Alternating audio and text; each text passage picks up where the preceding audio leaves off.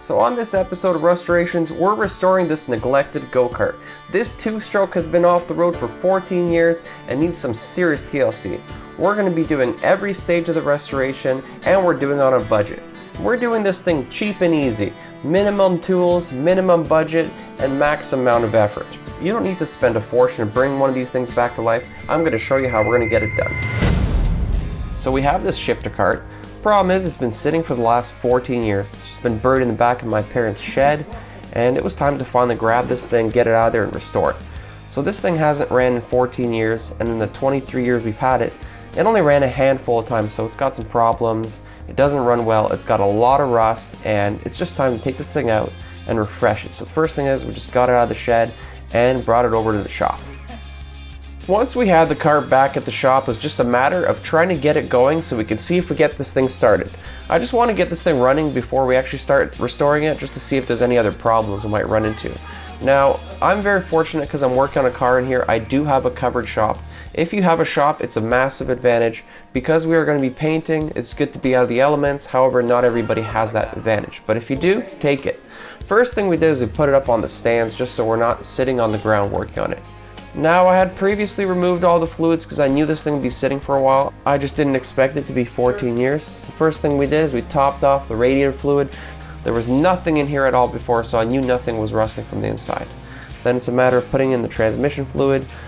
Check your manufacturer's requirements and specifications so you don't get this wrong. You really want to have the perfect amount with the right type of oil. And then of course the spark plug, just freshening up the spark plug.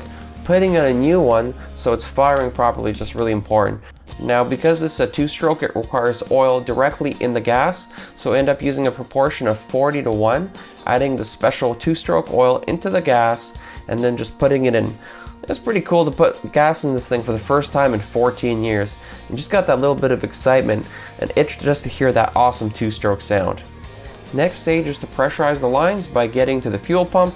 It's a mechanical fuel pump, so you got to get it there before you start, and then we can start taking this thing out, seeing if it's going to start up for the first time in 14 years. We actually had quite a lot of trouble turning this thing on, so we ended up using some brake cleaner in order just to try to start it up. Once we had started, it was running, but it was pretty rough. And once it was running, it was pretty exciting. However, it was really sputtering, having a hard time, so clearly the carburetor had to be cleaned. Success! Yeah! So now that I know this thing can run, first thing I like to do when I restore anything is just take a look at it from afar and just look at what needs to be done. So from afar, it looks pretty good. There really wasn't too many big issues. It's just a matter of surface rust, nothing structural, and the fact that nothing really worked properly. If you looked up close, there was a lot of rusty areas, and I just know that this whole thing had to be taken apart and redone.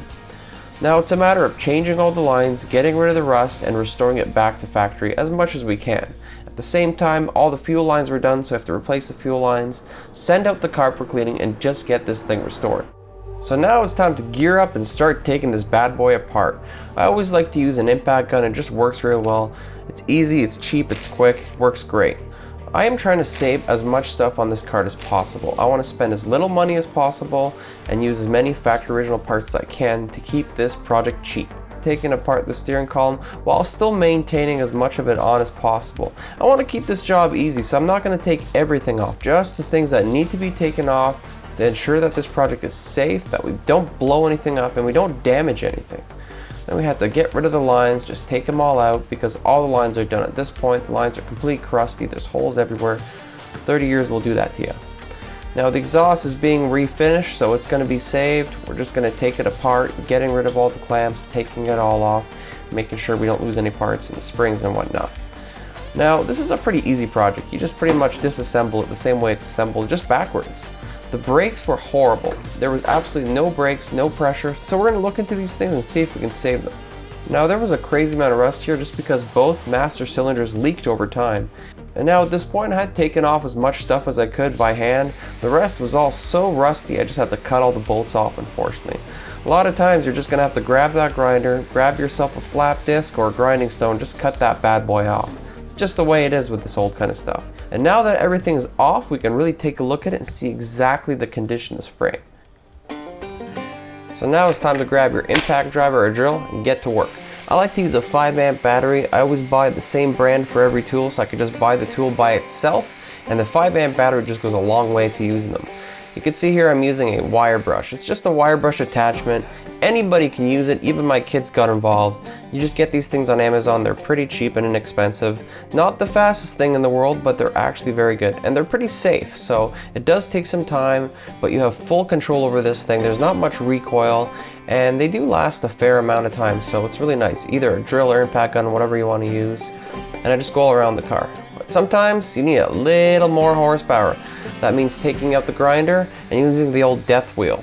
Now I don't recommend this, using the wire brush attachment on the grinder, because it's quite dangerous. There's a lot of recoil and whatnot, but it's just so much faster. So in this case, because there was so much surface area to do, I ended up doing all the big areas with the grinder, and it was much faster. I would say at least twice the speed, if not more so. So definitely worth hitting that. And then I went back to the drill and just finished up once I was done, but I got the big areas with that. Overall, turned out pretty good. This is 1 day of work, and it doesn't take much to get it all off. So now all the paint's off, ready for the next stage, which is the most important stage. This is the part where everyone gets lazy. It's the preparation part. You gotta make sure all the wax, grease, and everything's off. So I use Prep All by Clean Strip. It's just really good, and really it's a matter of going around the whole car and cleaning up every single part, making sure it's clean. This part is tedious. It's not much fun. It's the part a lot of people skip on, but it's the most important. For a professional finish, this has to be done. So you really got to go around, do the whole thing, make sure everything's done. At the same time, hitting rust along the way I may have missed.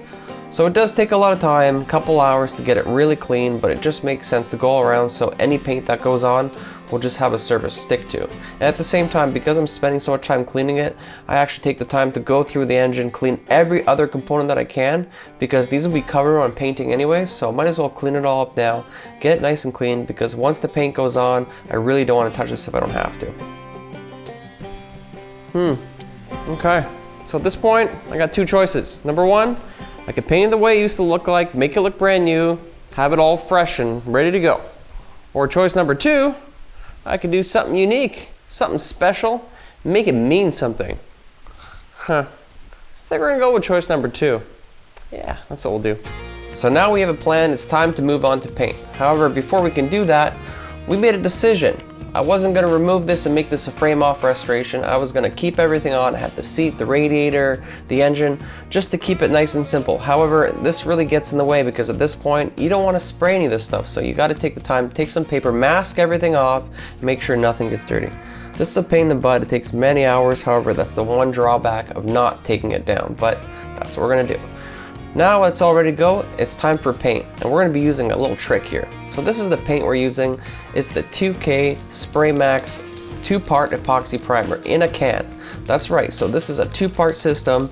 I'm only using 2-part systems. Do not go to the store and buy single stage paints. If it doesn't have a hardener, it's junk.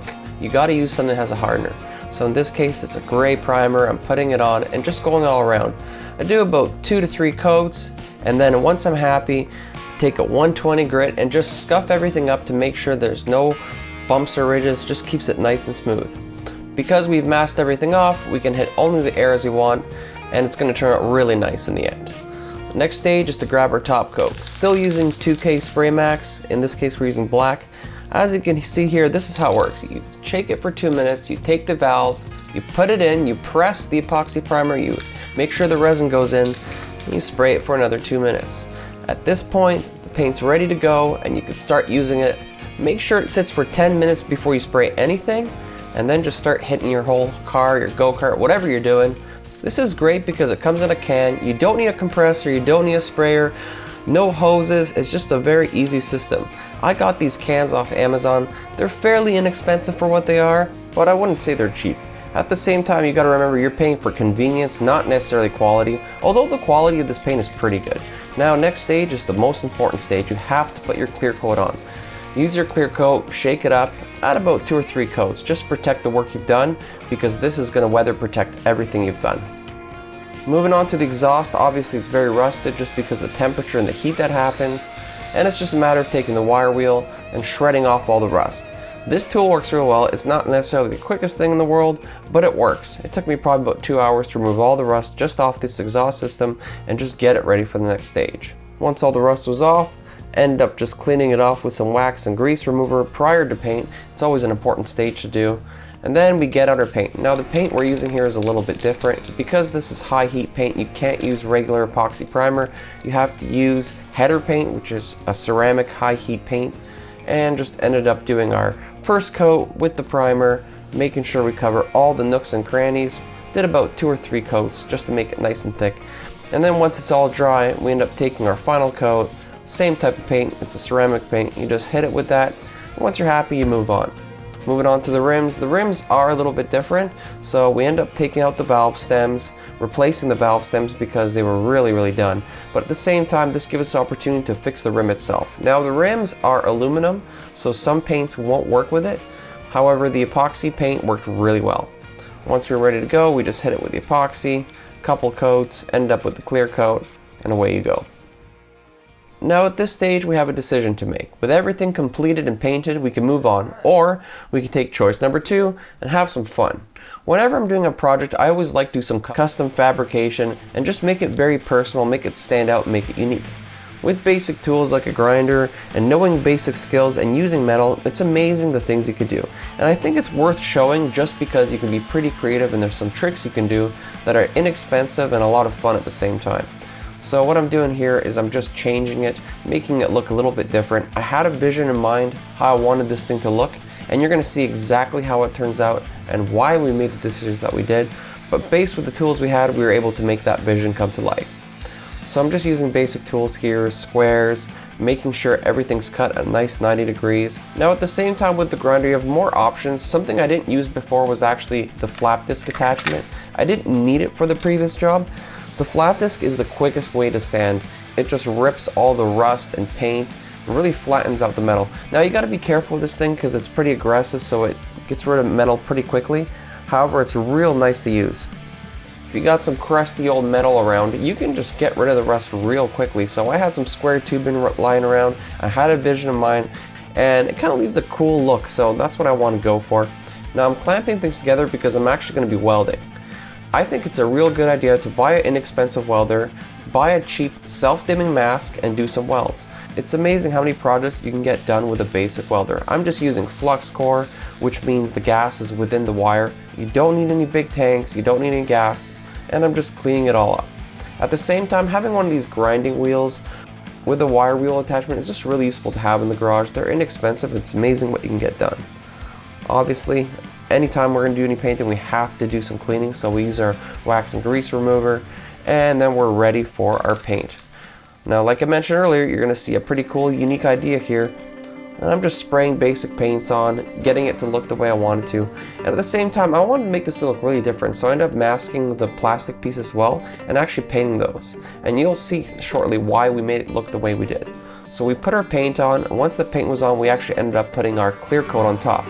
Once the clear coat's done, then you can actually take some things like stickers and you can customize it, make it look different, make it have some personality. So we put some stickers on, and at the same time, once it was finished, I ended up taking a clear coat and just sealing the whole thing.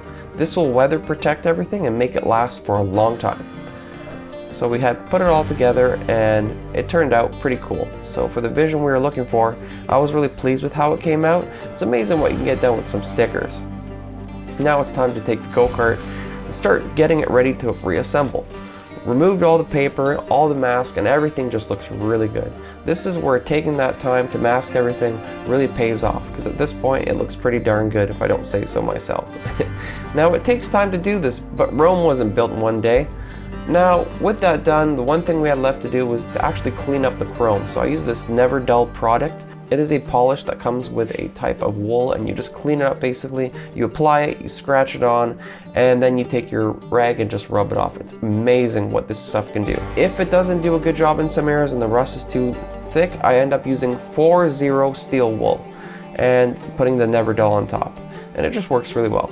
So now it's just a matter of putting it all back together. We're grabbing our exhaust, putting it back on, and just reassembling it.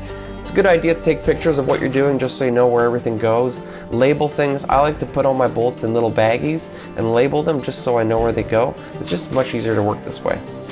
So now we're putting everything together. I end up using a lot of stainless bolts because they don't rust, because I actually end up clear coating a lot of the metal so that it still looks like bare metal, but it's actually clear coated. putting on the gas tank again, getting everything back to the way it was, and just reassembling it. And now this is where the vision starts to come together. Putting on the front over here was really fun because I could really just see the vision coming to life. I had first started thinking about doing this project 6 years ago, so it was just really cool to have this project come to life and make it really unique and something that stands out. Believe it or not, I actually used to race go-karts back in the day as a kid. And back in 1994, my dad actually built me my first go-kart and made it look just like this. I just thought it'd be pretty cool to bring this thing back to life and give it some meaning and just a tribute to my dad. Because after all, this is something that really brought us together and was just something really special. And I just wanted to thank my dad for everything he did when I was a kid and all those awesome memories. So now with the go-kart having a clear direction, some personality, and nice story, it's time to get this thing all back together. So the first thing I do is put all the fuel lines back on. None of the fuel lines were savable just because they were original, they were very old, and they had to be replaced. It's just always good to freshen things up when you're starting all over again, so that's what I did. At the same time, put on a new fuel filter, just so everything was fresh and clean, starting from scratch. Then next up was the wiring. The wiring was just exposed. I found it kind of sloppy. I always like to clean it up and make sure it's protected, so I put some plastic sleeves on it, use some plastic ties to protect them. I don't want to have any chance of them getting pinched anywhere, so it just protects the wires, saves it from rodents because rodents can't get it, and at the same time it just looks a lot better. Now my father-in-law had dropped by. He had actually got the carb clean, so he cleaned the carb and he cleaned the fuel pump, so they were all fresh and brand new. So we got the carb and the fuel pump all cleaned up when we put it back on, and we were ready to move on to the next stage. So it's finally time to tackle the next on the list, which was brakes. All the brakes didn't work, everything was seized, nothing worked, so first thing I had to do was remove all the brake lines. Had to clean it all up, just get as much rust off as possible, and just start dismantling it. I really wanted to save all the hoses, so I just took a piece of wire, ended up shoving it through, and actually got rid of all the debris inside, so we were able to save the hoses. I didn't need to make new ones. It's just a cheap way of keeping this going. Spent a couple hours cleaning up all the hoses, and then it was just a matter of taking it, freshening it up, and putting it right back on the go-kart. Once again, we're just recycling old materials. And then it was time to put on the master cylinders. Both master cylinders were completely seized, so I ended up buying 2 new ones just off Amazon. They were really cheap. Put them on, we started putting everything together, and I even put the wires through with cotter pins so that these things wouldn't come off when we're driving. Spent a lot of time putting all this stuff on. Went to fill them up and get them all pressurized and start bleeding the brakes, and you know what happened? Absolutely nothing. These things were junk. There was absolutely no pressure at all in both of them. End up having to take them off and do a new plan. This is what happens when you buy cheap overseas materials. It's just not worth it. So what I wanted to do is I wanted to see if I can get the other ones fixed. So they were completely seized. I put them both in Rust-Oleum for a day, and then I end up taking them, putting them into the vise, and just using a bolt and a hammer, just loosening them. Believe it or not, after doing this for about 20 minutes, we got everything loose and they both started working again. So we were able to save it. Next, we put a couple drops of heavy-duty air tool oil in. This is a very low-density oil, so it'll just allow the piston to run much better. So I put that in there just to loosen it up, and then we put the brakes all together. And then it was just a matter of getting everything reassembled, putting it back on for the second time, and then it would be time to start bleeding the brakes. And that just means you put in your fluid and you start playing around with the brakes, and then I would end up pushing the brakes and actually holding them with a clamp while I put new fluid in. And then once again, it just repeat over and over again until there's pressure. And there was pressure, there was brakes, however, it just really wasn't enough. Unfortunately, there just wasn't enough pressure. Those master cylinders were really old, and it just wouldn't be safe to have this for a shifter kart. Had this just been a regular 4-stroke go-kart, I think I'd keep them, but honestly, I didn't want to take a chance. One of them did work really well, the other one not quite enough. So what I decided to do is to buy a new one. We put a new one in and just use some old and some new. Next up, what I wanted to do is actually change the tires. The tires were 30 years old, so I cut out the valve stems, ended up putting some new valve stems in as well, ended up using some synthetic lubricant, and then use the tool to have them come through. Once they're on, then you can grab your tires and start putting them on. Now this is pretty difficult to do. Now, although the rims were in good shape, there was a little bit of rust on the inside, so I took a wire brush and just got rid of the loose rust, just so there would be no air leaks. We put the tires on, and then we decided to give them a little more personality. I always liked that 80s look with the white writing on the wall, so that's what we did. We filled them up, pressurized them, and put them on. And now with everything, we're ready to see if this thing's gonna start up.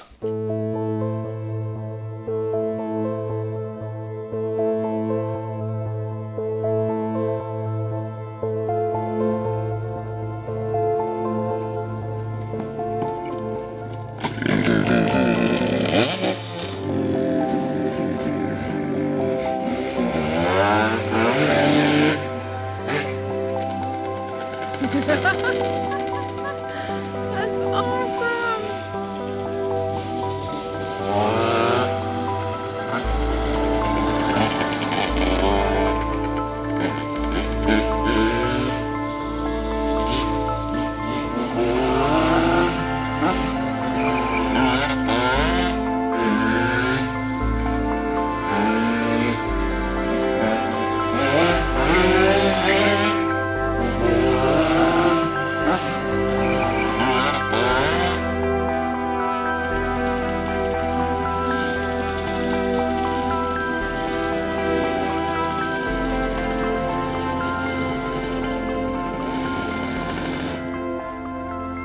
So there we go, with some basic tools, a little bit of knowledge, and a little bit of time, we were able to get this thing back on the road for the first time in 14 years.